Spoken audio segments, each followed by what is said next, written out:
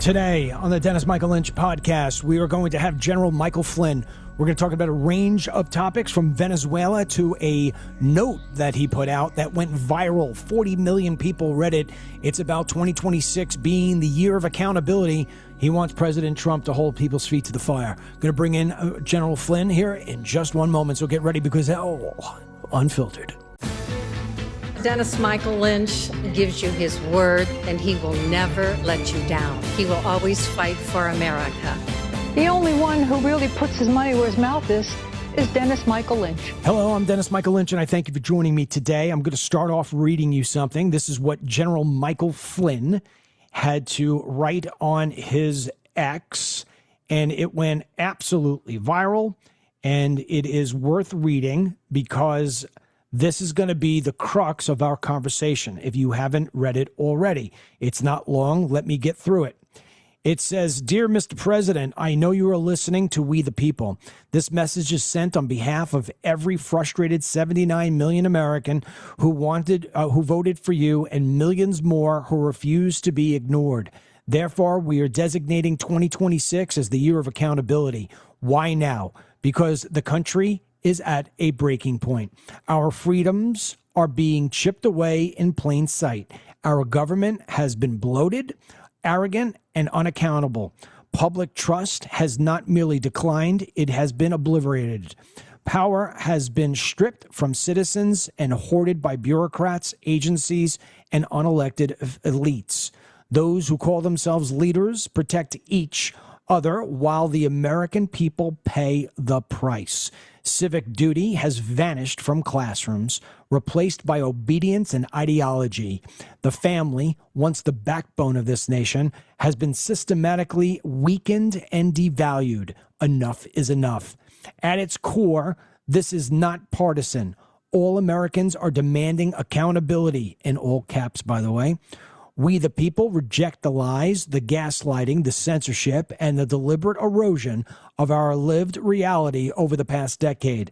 We remember what was done. We know who did it. We are no longer willing to move on without consequences. The message is unmistakable and unstoppable.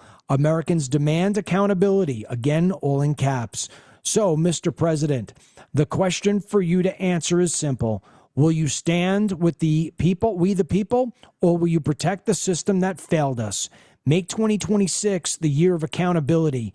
We will stand with you through thick and thin, like we always have, but you must respect our wishes. If you don't, as our founders warned, the deep state concentration of power in government will lead to greater corruption and eventually tyranny, and your legacy in history will be tarnished beyond repair. Respectfully, one of the 79 million votes, and that is from Michael Flynn, General Michael Flynn. Let me bring in General Flynn right now. General Flynn, I appreciate you being with me here today. I know you're a very busy man, and I appreciate all that you have done for the country. I want to start off with that. My father was a 1-9 Marine. He passed last year, and he was a big General Mike Flynn fan, and I just want to let you know that. Thank you. Yeah, absolutely. And thank you for all you do. And I'm very sorry that you had to go through the things that you had to go through. With that being said, you posted something 3 days ago on X, which I thought was extremely powerful because, you know, people are always afraid to toss anything at Trump because they're afraid they're going to lose followers or they're going to get attacked. And I don't think anybody could send a shiver down Mike Flynn's back. You put out a thing called the Accountability 2026 Pledge. Can you explain what that is and why it is that you felt obligated to put it out there for people? Yeah. So first of all, Dennis, thanks very much. And as we spoke about, you know, we're big fans of you and everything that you speak about too. And, you know, it's very, very important time that all of us understand the sort of the threshold or the pinnacle or whatever word you want to use as to where America stands historically.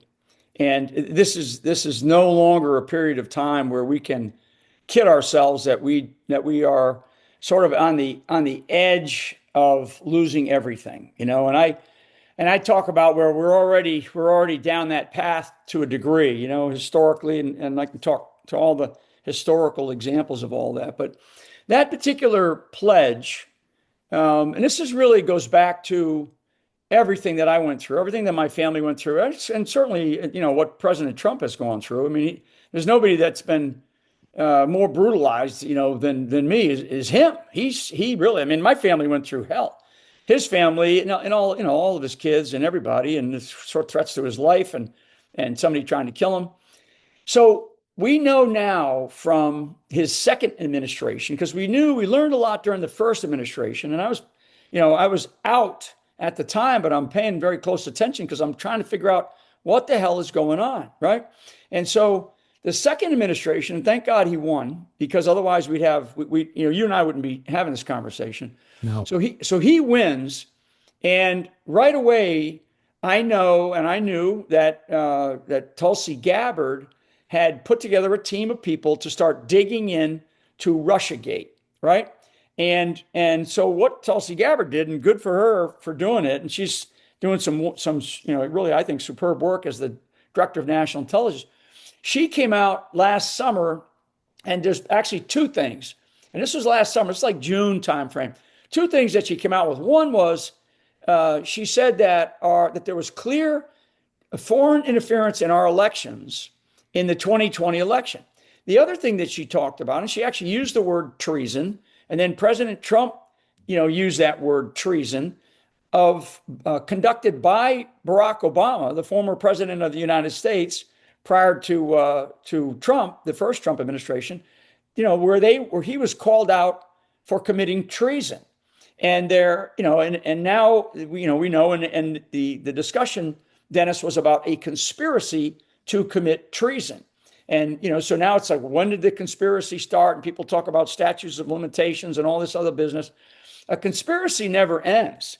And what we now know over the course of this past year, with just an incredible amount of evidence, we don't need any more evidence to tell us that there's foreign interference in our elections. And we don't need any more evidence to tell us that there was a conspiracy to undermine a duly elected president, meaning undermine the Constitution of the United States, and to thwart and usurp our Constitution, right? Our way of life, the United States of America. And it was done by a sitting president, in this case, President Barack Obama. So all that said, that all came out last summer. And in fact, Tulsi Gabbard said she had turned over much of that to the Department of Justice to basically get something done. So, okay. So that's 6 months ago. Okay, let's give him 5 months ago, right? And so what does Mike Flynn want? And from that time till now, what did Mike Flynn want? Personally, I want accountability, and I wanted to hear from our Department of Justice, and I wanted to hear from the president, particularly the president, but I really want to hear from our Department of Justice too, that we now have an ongoing investigation. We have secured a grand jury. And they can say, they don't have to say where the grand jury is, but if the grand jury's in Southern Florida, or if it's in Washington, the District of Columbia, if it's in Kansas, I don't care. But let us know, let the people of this country know that you're actually doing the job that we voted in Donald Trump to do, right? It's not me that made up the phrase deep state, right? Deep state was made up during the first Trump administration. And, Trump came in and said, we got to eliminate the deep state. Well, thank God that Trump won, because now we have an opportunity to really get after this issue of accountability, because you can reform organizations, you can move lines and boxes around on an organization chart.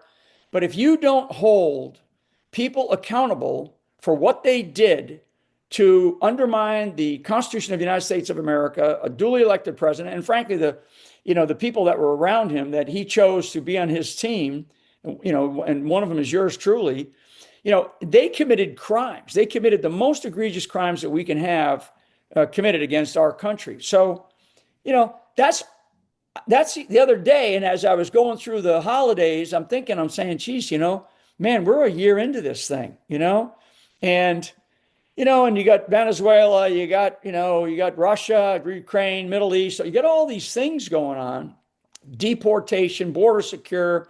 I don't know.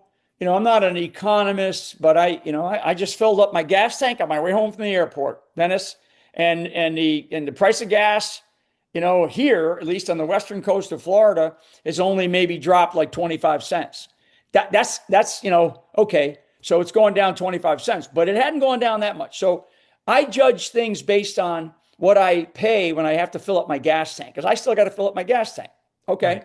So, but I'm not, I know that I'm in a different category because I spent 33 years of my life in the military and I get a retirement pay. And so there's people that are out there busting their chops, mostly young women with children who are single family moms, and they're trying to raise kids, and they're trying to do two jobs.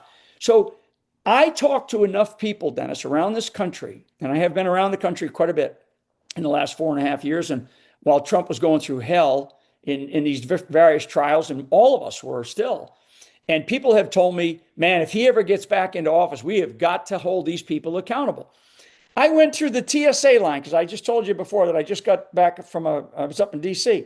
I went through the TSA line today, and the guy at TSA, there's not that many people, where I was going through, and the guy at the TSA, I give him my ID card. We throw it the little machine. He looks at me. He goes, "Hey, sir." He goes, "How you doing, General?" And I said, "I'm doing great." I said, "How you doing?" He goes, "Boy." He goes, this is just some TSA guy, right? He goes, "Boy, I hope they do something. I hope President Trump does something." He goes, these people need to be arrested. I don't know this guy from Adam. But Dennis, I get that all the time from people. So, yeah. So let me jump in on something here because I don't want to forget it. General, I have to say to you, if there is one recurring theme that I hear all the time from all the different people that follow me on social media, I voted for Trump. I love Trump. I can't understand why nothing's happening.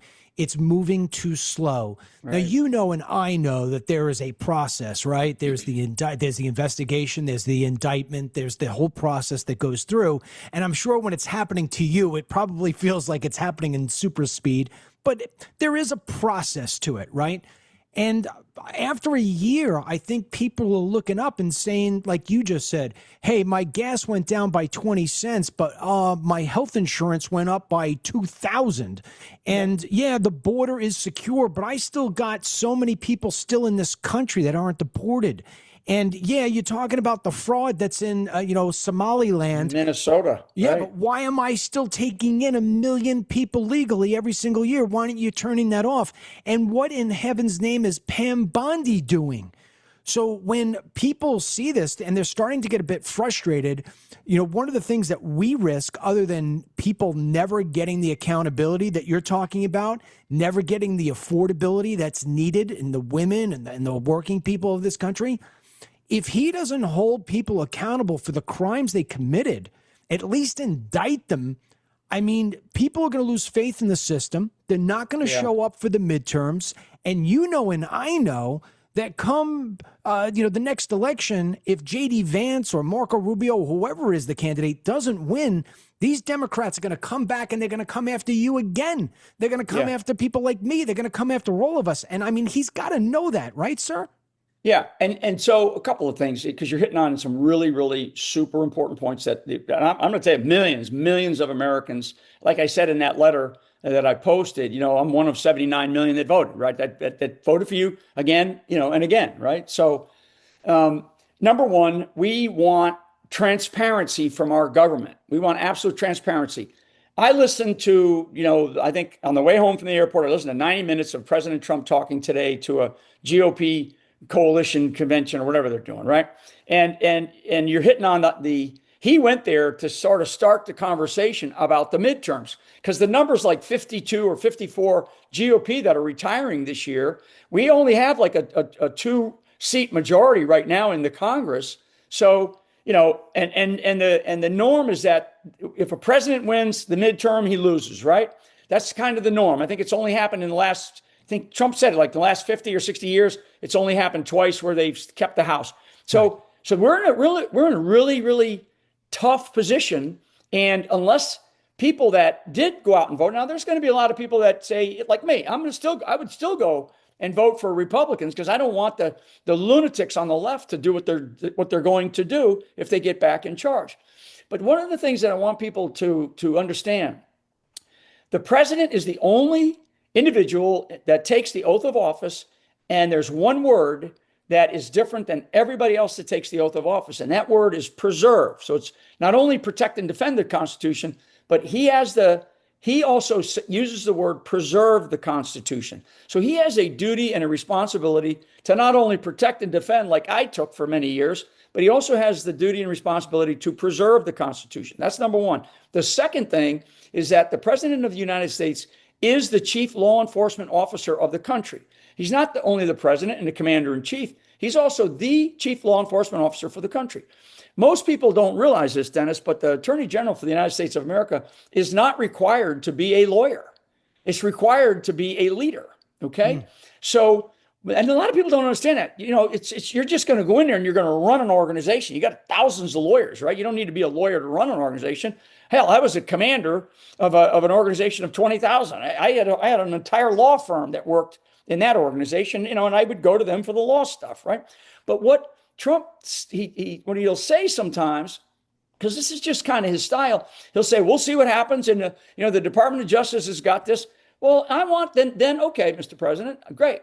Because I love you. I'm going to continue to support you, but I'm also going to continue to challenge you because I want our system of government to restore trust between the government and the people that it's supposed to serve. And I want accountability. And I want accountability for the fraud, waste, and abuse. I want accountability for the conspiracy. I want accountability for those who weaponized intelligence, weaponized, the political system, and basically did it in a way that was a crime. They conspired to commit a crime to undermine our way of life. And that's not me saying those kinds of things, Dennis. The president talks about that all the time. He even talked about it today. But so, General, let me ask you this question because everybody would want to ask you this. I mean, you have a very unique perspective. You spent all those years at the Pentagon. You know how the Washington system works. You certainly know how the White House works. Why is it, even when you get somebody like Donald J. Trump, who has been shot at, they've tried to assassinate him twice that we know about, they try to strip him of his business, of his freedom, of his money, of his family. I mean, they've basically done everything to this man you could do to somebody. So obviously he's incentivized to have every single last person drop. Why is it that we can't get past the line? I mean, do we blame this on Trump that he kind of just got lazy and he's forgetting? Or do we say, hey, this is the system and he is now just another victim of it? What is going on in Washington, D.C. that we can't get things done? Because and I know this, sir.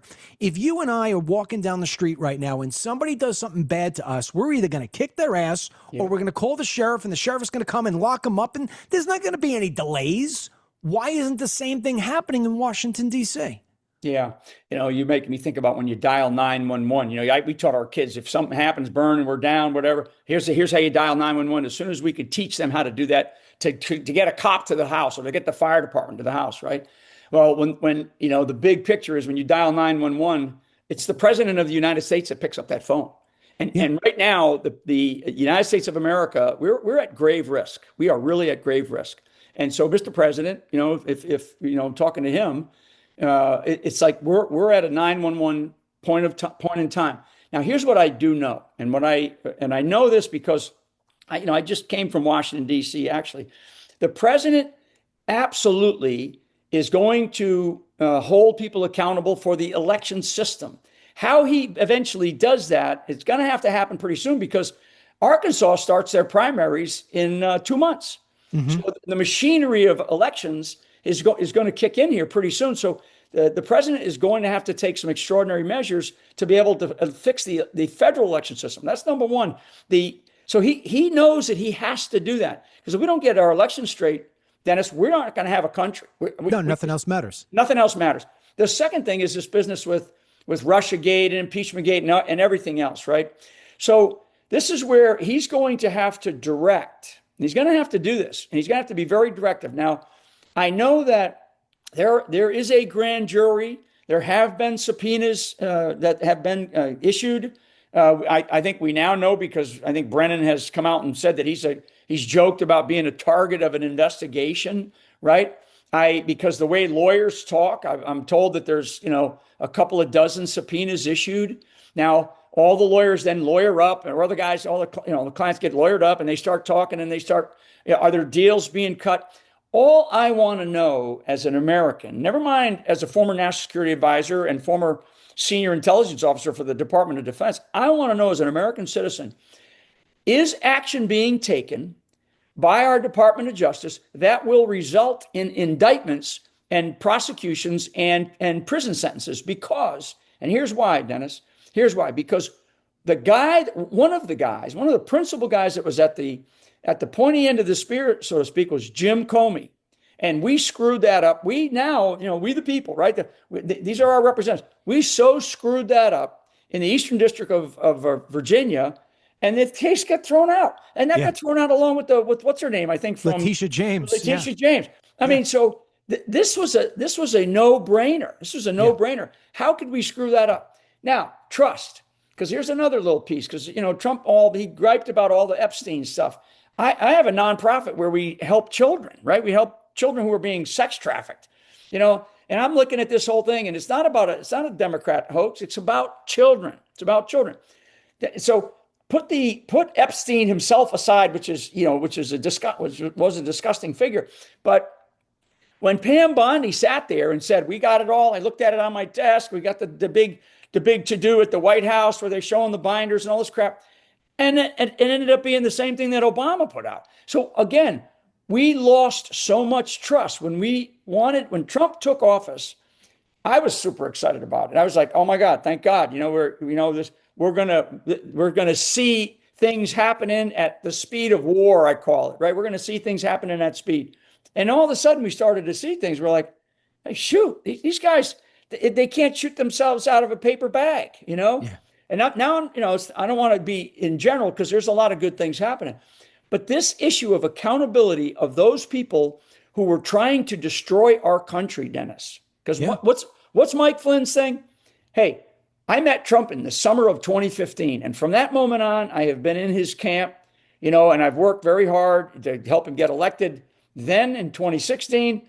To get elected again in 2024, because I was in the midst of my own persecution during the 2020 campaign. But then I fought for 4 years on the whole, the conspiracy theory of stolen elections. And I'm sitting here and I'm going, look, folks, Mr. President, the people of this country gets back to what people are asking me all the time about. And, so I don't want people to tell us, "Oh, you're stupid. You don't know what you're talking about. We're working really hard. There's a lot going on behind the scenes." I got that investigations, have to be discreet and protected, but just tell us that there's an investigation going on. Yeah, General, you and I, before we hit the record button, we were talking about how you said you appreciate my work. And I said to you, you retweeted me. And what you retweeted, it was only about a week ago, is I got up, I had a 30-second video. I said, this is going to be the shortest video of my life. I said, if nobody is indicted and nobody goes to prison, this administration, the rule of law, it's all full of shit. And, it went, they wrote articles about it in the Gateway Pundit about how viral it went. It was millions and millions of views. And if you take it all across all the social media, probably over 10 million views. And, I didn't mean disrespect by it to the president nor Pam Bondi or anything. What I was trying to do was voice frustration on hey, man, we've been giving you a lot of time. And what people sort of feel like, General, is that there is this uniparty, whatever you want to call it, the good guy network, where I don't even want to use names because people will hold it against me. But let's say you got a Republican and you got a Democrat, and for the sake of their C-SPAN X clips, they'll put up there and, let's say, for instance, you and I are on two different sides of the aisle. I'll say, Michael Flynn, he's horrible, he's terrible. And then you're going to get up and you're going to say, Dennis Michael Lynch, he's useless, he's garbage. And then meanwhile, when you and I see each other at Ruth Chris, we're going to shake hands, we're going to sit down, we're going to have a martini together, and we played the game. So a lot of times people think that nobody's being held accountable because at the end of the day, Mike, you come after me, I'm going to come after you, even if I got to make something up about you and you got to make something about me. So what we do is we have sort of like an unwritten agreement that you're not going to come after me, I'm going to come after you, but we got to say nasty things about each other for the sake of having our clips go viral. Right. Do you believe that that is the sort of thing that the whole Washington, D.C. complex is stuck in, and maybe Trump is a victim of that he just can't get out of? Yeah, I do think that there's some of that. It has to be. Okay. You know, they use the word in Washington, D.C., colleagues, right? My colleagues on the other side of the aisle, they're not your colleagues. They're your enemies. They're your sworn mortal enemies in most cases. They hate you. They hate Trump. You know, if you're on the left, if you're on the right, okay, you love the president. If you're, this current president, if you're on the left, you hate him, and you hate, in many cases, you hate America. You hate the American way of life, because there's a lot of them that are socialists. And they're ready to support Mamdani up in New York City. I think that the letter, just to talk about the scale of that letter going out. I mean, I have about probably on different social media platforms, I got about 3.5 million followers, and I appreciate every one of them. That letter in the first 24 hours had 20 million views. Full readings, and it's an easy. It's a one-page letter. It's and it's a simple thing to read. You kind of read it. Now it's close to 40 to 50 million. So there is a scab that I picked. Okay, yes. And the American people are feeling it, and they're going, yeah, man, well, yeah, because when a guy like me says something like that, and I said it in the letter, we're gonna be with you through thick and thin.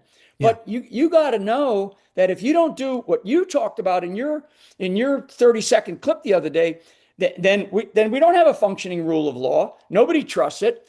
And now let me jump to the next most important thing that's going to happen, Dennis. Now we're talking about the midterms, because I listened to the president today in his 90-minute diatribe to this GOP summit or whatever, and it really is. He was really telling them, hey, guys, we got to get ready for these midterms, because it's not looking good. It's not looking good historically, the trends, and the fact that we got so many people retiring from the GOP. So if the president loses, or if the Republicans lose the House, maybe they lose the Senate too, but if they lose the House, what's going to happen? Are we going to see an impeachment? Are we going to, is the government going to shut down? So what I'm telling you is, and what does that have to do with? It has to do with turnout, because if the president of the United States, which I think Susie Wiles talked about, the president going on a campaign tour, a journey around the country again to do some campaigning for some of these people, good, then that's fine. And there'll be people like me. I'll go out there. I'm going up to Michigan Monday night to do a big rally for a Republican who's running for senator, a gal who I know, Bernadette Smith. She's wonderful. And so, I'm going to go around and do what I can, because I have a platform. People trust what I say, and there's enough people that believe me to say, yeah, what Flynn says, fine.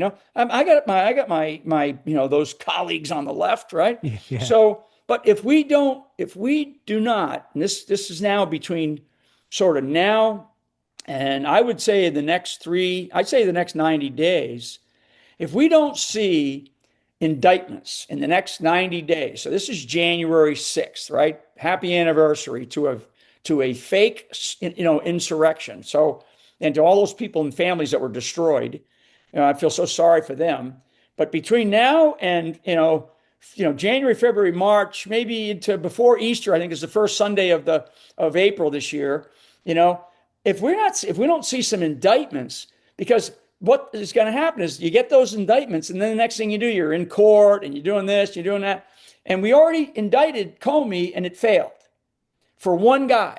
For one guy. Yeah. And with all of the team that Trump had put together, and it failed. I'm sorry, Pam Bondi, and I'm sorry, everybody else that's on Trump's team. It failed. And it pissed off people to no end. Oh, yeah. Especially me, because Comey, who gave me the highest medal that you can receive from the FBI, okay? I was awarded the highest award that you can get from the FBI. It's called the Director's Award. And 14 months later, they got me under a major investigation for counterintelligence, espionage, and all this bullshit. And I'm like, you SOB, Yeah. And he knows what he did. He knows what he did to give. I mean, again, the evidence is there. I was just going to say to give up stopping what they were going to go after with Hillary Clinton. The whole sending people into the White House. I mean, everything. We have it all. Trump has said we have it all. He actually said we have it all even even during his first administration at the tail end. We have it all. He has said that phrase a bunch of times. If we have it all, then package it up and let's see some goddamn indictments, right? Yeah, I want to ask you one more question about this, and then I want to shift to Venezuela because I know I don't have you for all that long. So the thought on this side here, General, and I've made videos about this, and they too go viral more than the other ones, is that I believe that there is a concerted effort on the right, whether it's the deep state, whatever you want to call it. I mean, I'd like to just say some senators out loud, but I won't. And I truly believe they're just faking it. They're just faking it because they don't want to be the subject of that Truth Social venom that could come out. Mm-hmm. They don't want to be the subject of everybody unliking their pages. So they fake that they like Trump, and they're just trying to get through the process to run the clock out until this guy is gone. And I think that's one of the reasons why we're not seeing anything get done, because we've had the Senate, we've got the House. Grant you, we don't have 60 people in the Senate, but there seems to be no remorse on the right that we're not getting things done in this agenda. Here's Trump speaking to Congress, and I truly believe that the GOP side, half of the room, if not more, don't even care about him. They want to see him gone. They don't want to see J.D. Vance around. They want to see the whole MAGA thing die. So with that said, let me transition into Venezuela. Let me just give you 30 seconds on that briefly, because I'll mention the name Thune. So today Trump mentioned a voter ID act. Let's get our election system voter ID act. That's been on Thune's desk since April. Okay, since April. People that need to be confirmed, people that have been sent over by the administration, names that have gone through committees to be confirmed for various jobs in the administration. There's hundreds of them, and it's up to Thune, who's he's the conservative leader of the Senate. Get these people confirmed. Give these people to Trump so he can have more people do the jobs that he wants to do. So Thune. And that's what I mean. I mean, perfect example of there's no good excuse why. And, I'm one of those people that I've always said, no, don't kill the filibuster. It's the low hanging fruit, but later on, it's the poisonous fruit. Don't do it. Now I sit here and I say to myself, if we don't get rid of the filibuster, we're never getting anything in. We're going to lose everything. We're going to lose our country completely. Now is the time. And I know everybody always makes it, General, like, this is the biggest election of our lifetime. This is the biggest year of our lifetime. But man, does it feel like that more often and more often?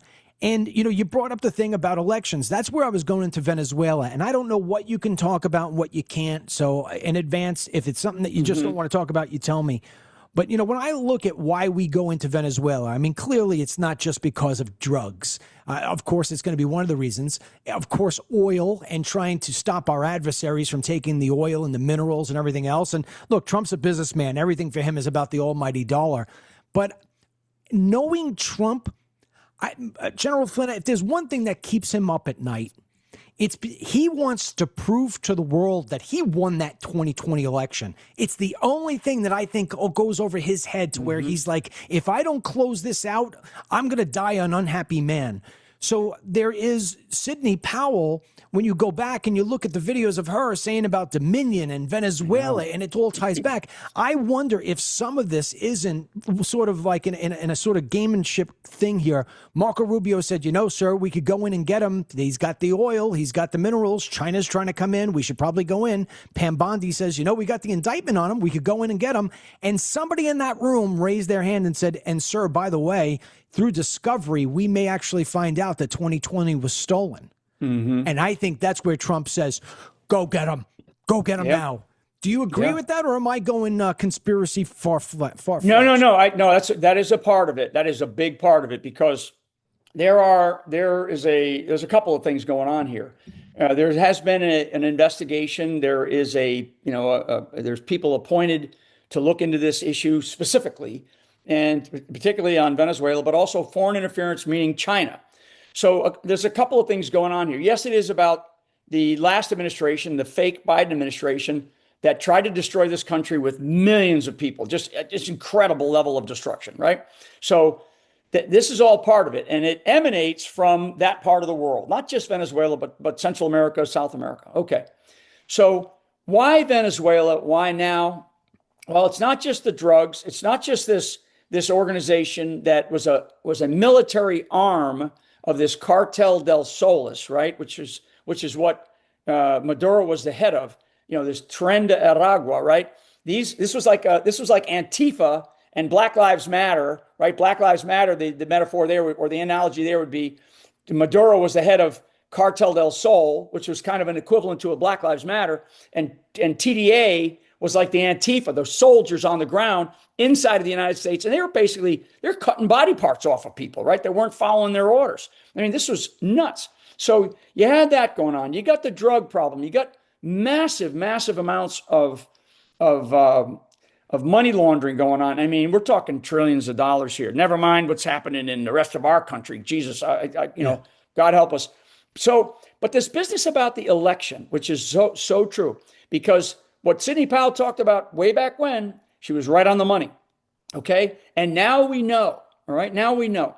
But there's another element here, Dennis, that's a very important aspect of Venezuela. China, Russia, Hamas, Hezbollah, Iran, there's other large-scale drug cartels. The Cartel del Sol, which Maduro was in charge of, was like a mafia boss in charge of all of that, except you have these other adversarial countries, China and Russia, but particularly China, and I'll throw Cuba in there because Cuba is an operational arm. But China was developing beachfront property, in front of the United States of America. That's physically, and I mean in a big way. You're talking military operations, intelligence operations, economic development operations, and getting hold of one of the largest, not only oil, but largest rare earth element deposits in the world, to include uranium enrichment. Okay, so uranium is part of an element that exists in Venezuela. So you gotta take all this in when you're sitting there with the president of the United States, and he's gathering all this information. Part of the problem is do I trust everybody? Do I trust everybody that's coming in to tell me things? Is there somebody or some intelligence organization or some intelligence arm, agency, whatever, do they have a bias about what we want to do, right? So he's got to take all this information in, and he's going, okay, I got it. And I think that in a big way, personally, because the 2020 thing was personal to him, because he won. He won the 2020 election, hands down won it. And we now know it. He now knows it. He's seen plenty of evidence. I've seen evidence because I'm part of another, we do another investigation component of some of the things that I'm involved in with retired guys. So I've seen enough evidence that we have fed back into the government. And I'm going to tell you that Trump knows today, sitting here, you and I talking, Trump knows today that he's got them by the you-know-what.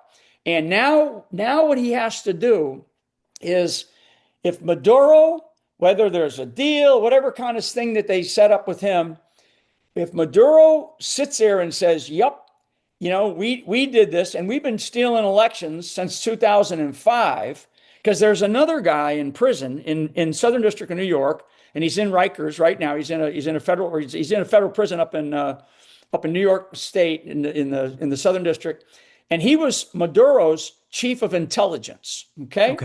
And he's been in prison now for a couple of years. He actually has testified, and he's provided affidavits, and they're public. The affidavits are public, but you got to really know where to look, right? I guess. And he's the guy that hired the chief technology officer for Smartmatic. He's the one that he was the head of intelligence for Venezuela for 10 years. He worked for both Chavez and Maduro. So this guy has an abundance of information, but it has taken an arm and a leg to get somebody from the government to go interview this guy. And I'm going to tell you, that's not been easy. It's not been an easy thing. And we've been pushing. So through his lawyer, we have done a lot of interviews. This has been going on now for 6 months, maybe longer now, probably closer to 8 months. But some of that information was fed back into now this is all public, fed back into the intelligence system, and then they do with it what they want, right? I mean, they're gonna take it's up to the government to act on whatever information they're given, to go test it, to go validate it, to verify it. And it looks like it's pretty damn good information. So the same thing with what Maduro will provide. And I think what Trump is going to do, and I'm speculating here a little bit, but I think what Trump will do is he's going to have to pay very close attention to what Maduro's talking about. Now, Maduro's already got a lawyer, so maybe Maduro will be smart. Who knows? And say I'm not going to say nothing, right? We'll see what they come up with, because they definitely have sufficient evidence to hold him for a long time. But if he comes out and says to Trump or to DOJ, to the prosecutors, say, "Yep, we actually were involved in the 2020 election. We've been involved in your elections for a long time." The problem, and this gets back to these other people in Congress, Dennis. Okay, this is what irritates me, and this is why the people of our country, many of them, don't trust the people in our government right now. And I'm talking about those duly elected, right? Well, why aren't a lot more of them screaming about our stolen elections? Why aren't more of them screaming about the information that has already been put out? It's out there publicly. People can go to my X post. I posted something, I think it was either last night or this morning, about a whistleblower that basically gave information during the previous Trump administration. And I think I said, in fact, I don't have it in front of me, but that the CIA and leaders in the CIA lied to the president of the United States, at that time was President Trump, about foreign interference by China in our elections. Now, when I say China's doing this through a cutout, and that cutout is Venezuela. So these are the elements that that the president is aware of. So Venezuela, I don't know what's going to happen in Venezuela. It's dicey right now. It is dicey. There's no doubt about it. Rick Scott today, Senator Rick Scott from Florida, he put out a thing and said, "Hey, Delcy Rodriguez isn't a duly elected president. She's another thug." I mean, essentially, I reposted that because he's right. So yeah. I don't know what's going to happen in Venezuela. Regime changes typically don't work. We are expending resources to put an armada down there. The brilliance of our very exquisite special operations forces and the way that they conducted that mission the other night was extraordinary. It was just awesome to watch and to because I've been part of that organization and I know how they operate, and the secrecy, everything was wonderful. And thank God we didn't lose anybody. But I don't want to say that that's easy. It's complex, but that's a given. We expect our military to operate at a very high standard. Okay. So do it, execute, boom, done. Guy's captured. He's brought back. He could have easily been killed. But now the hard part, Dennis, is what's next? Yeah. What's next? And is it not just getting Maduro to talk about stolen elections? Well, is China and Russia going to continue to have beachfront property in front of us? Because I can tell you, because I know I've been in this argument with very sophisticated people. Putin in Ukraine, was highly irritated because NATO was encroaching on Russia, the Russian Federation. So, and he was told back in the 90s during the Budapest Accords, there'd be no more encroachment of NATO on the Russian Federation, none. And at that time we had 16 countries. Now we've got I don't know what the number is. It's probably like 40, but but that encroachment has come into, and you can use the same word, beachfront property on Russia, right? So Putin's standing there going, "Hey, don't put any more, you already agreed to this. You lied to us because now you're talking about bringing Ukraine into NATO? Bullshit. I can't have this." So now you flip the script here a bit, and you got Venezuela. So we're saying here, no, we don't want this. We don't want Russia. We don't want China. We don't want Venezuela, conducting these nefarious operations against the United States of America, right? I mean, and so I want people to think at another level here, because I just took everybody to another level. That's called geostrategic politics, all right, at its finest, when you start thinking like that.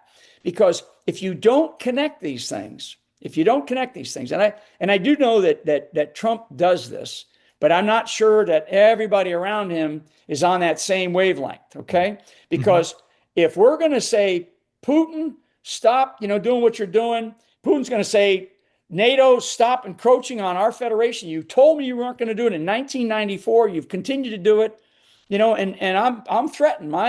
Our way of life is threatened because that's the way Putin looks at it. Right. Like him or not, doesn't matter. So now you take it to Venezuela. Hey, we don't like Maduro. We don't like what he's doing. We're looking at it and we're going, geez, you got China and you got Russia, two formidable nuclear powers, and they have basing there. They have huge intelligence operations that emanate from from Venezuela to, they do. And Trump has seen all that. And so it's kind of like, okay, I don't want those guys there. Dennis, 70% of U.S. trade, 70% of U.S. trade goes through the Panama Canal.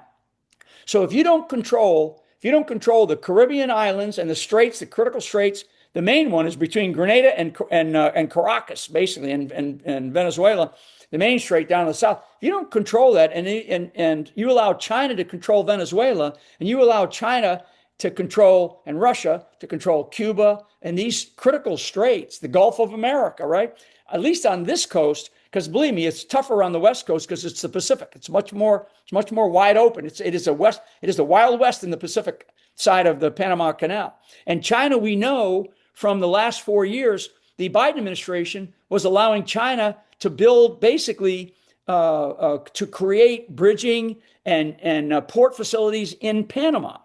So again, this is another level of thinking. So you can't just go Venezuela, Maduro, drugs. No, what you've got to do is you've got to say, look, how is the world shaping up here, right? I don't want these guys in our neighborhood. And frankly, personally, I don't want the United States in the neighborhood of Eastern Europe right now. I don't. We're spending, I don't know, $500 billion, maybe more, probably more, for a guy who's a dictator, Zelensky. He's a criminal. He's a criminal. Trust me. The corruption in that country is outrageous. We have a $42 billion civil case filed against the government of Ukraine and people right here in the United States of America. Okay, that's been briefed to the Department of Justice. That's a bit of a sidebar, but all this shit, excuse my Irish, matters because you got to bring it all together. So when Trump is sitting there and he's being briefed, and he's having this picture of Venezuela laid out, I am hopeful, and I believe, because he's got smart people there, that they lay out these kinds of things. Trump, I can tell you, from an intellectual standpoint and an intuitive standpoint, and just a guy who's been around the world a bit, and he's been the president, he understands everything that I just said. But the president has a lot on his plate, so he's got to have people that are like, okay, we got to massage this beast here, because otherwise, what we don't want to have happen is we don't want to have the same thing continue to occur in Venezuela. We can't have Venezuela just turn into a crime scene, because it is. Right. And the people that are running it, the two people that are running it, basically this Delcy Rodriguez, this woman, she's not an elected representative. She's just basically another thug. Yeah. She actually has a background and a record or a track record of being actually more dangerous than Maduro.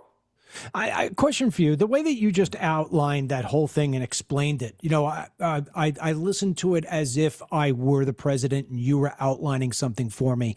Is that typically the way that the president is informed, in the way that you just informed it, with detail, connecting the dots, going around, versus just saying, hey, we got to go get him, there's a lot of drugs? Is that typically the way that the president gets briefed? Yeah. So the answer is yes, should be. You hope so. I want it to be that way. Yeah.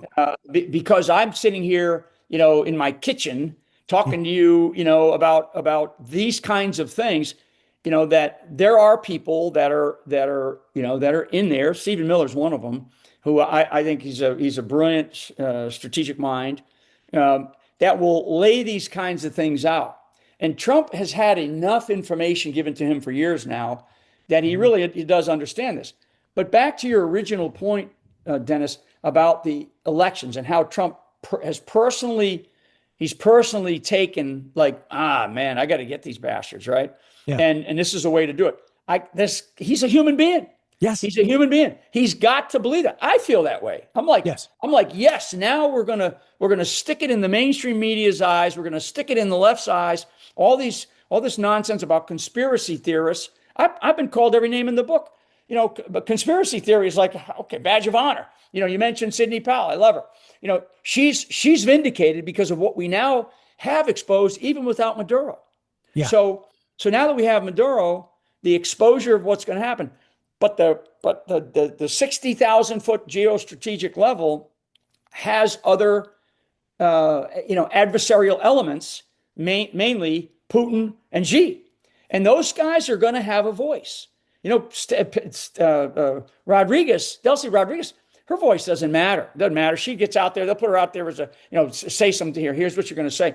But these are powerful, powerful entities, and they see a world. They actually see a 21st century that does not have a global superpower called the United States of America. Both those countries, and I know that. I know that for a fact because I've seen and read and listened to enough of their principal guys that are working for their leaders say, but now that said, what does China want? China wants to be that global superpower. Okay? Well, it's amazing you say that because I know I abused my time with you. So I have one last question. As a general, when you look, what do you see as the number one threat to the United States in the, let's call it the short, long term, if you will, in the sense that, is it terrorism taking place here domestically? Is it China, Russia, Iran coming together as one? Is it our inability to, get AI up to snuff like China? What is the number one thing? If I were the president and you were there and you were my main guy, and I said, General, what do I have to worry about most? What would your answer be? In 1838, Abraham Lincoln gave what's called the Lyceum speech. And I'll cut to the chase on the part that I really have honed in on. He said that no enemy will take a drink from the Ohio with a Bonaparte for a commander, nor take a step on the Blue Ridge. Never will that happen. He says, if America dies, it will die by its own suicide. Okay? He said that in 1838, and I think he was like 27 or 28 years old, and it had to do with the potential rise of anarchy in the state of Missouri at that time. And I'm not even sure if Missouri was a state, but they were coming into the United States. That's my greatest concern, is that we will die by our own suicide, as Lincoln warned us during that period of time, because no foe can beat us. I'm telling you, no foe can beat us. Now, they can fire nuclear missiles, and nobody right now, I think, will go there, although we're talking about nukes over in Ukraine more than I've ever heard. I don't think anybody that has a nuke, any nation state that has a nuke, is ready to do that.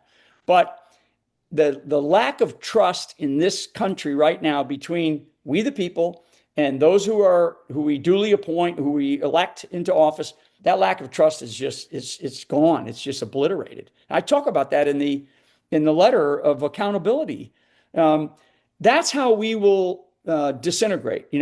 There's studies on the rise and fall of empires, and in one particular study, which is one that I've read quite a bit, the last three stages of the fall of empires, and I'm talking about, these are studies of every empire that ever existed, right? Athenian Empire, Roman Empire, British, etc.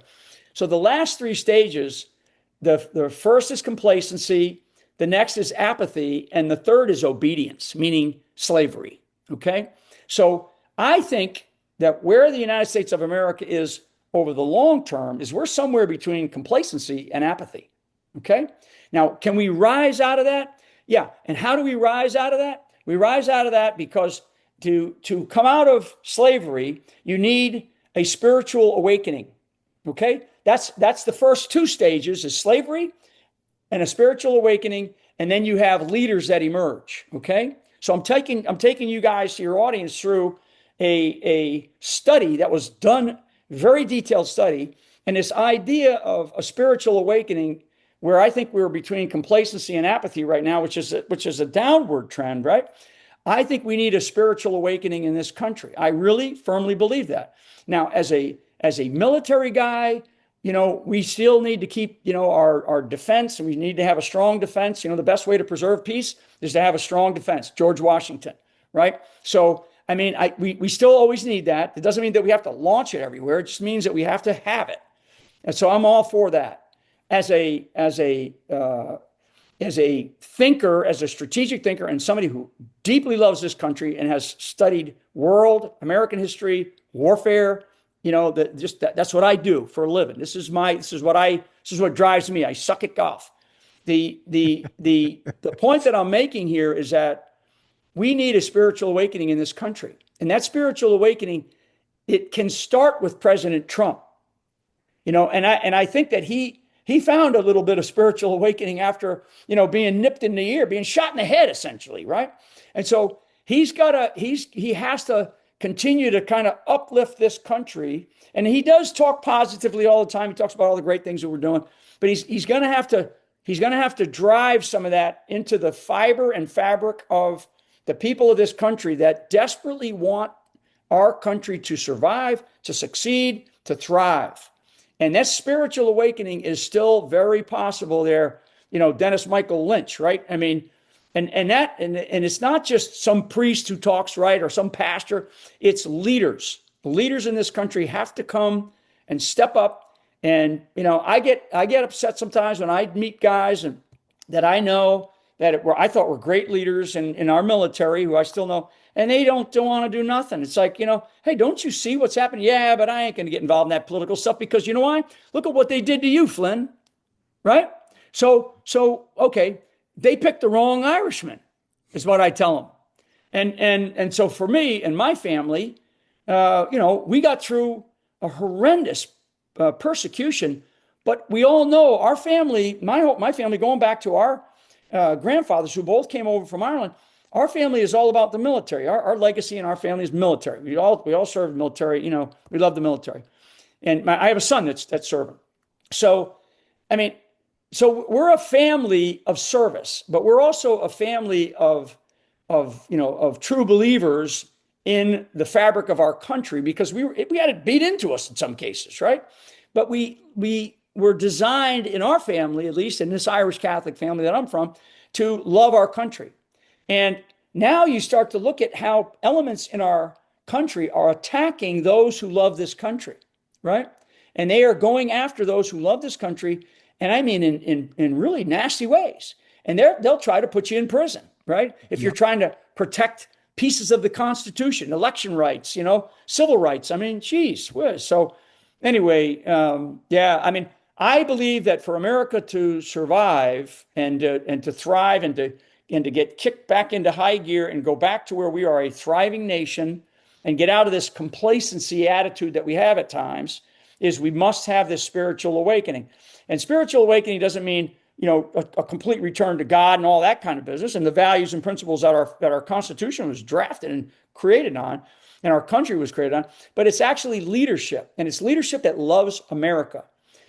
Because there are people, on the left that are in politics that they denigrate America. They talk about the denigrate America. Our Constitution is out of date. I mean, come on, really? So anyway, General Flynn, last statement out of me is, Ben Carson had reached out to me during 2016 and asked if I would come down, and this is back when my big Fox days. He asked me if I would get him ready for debate prep against Trump in terms of immigration, and I did. And I went down there, even though I told him I was going to vote for Trump, and he said, "I don't care, will you do it?" And I said, "Yeah," because I thought maybe he'd be the vice president.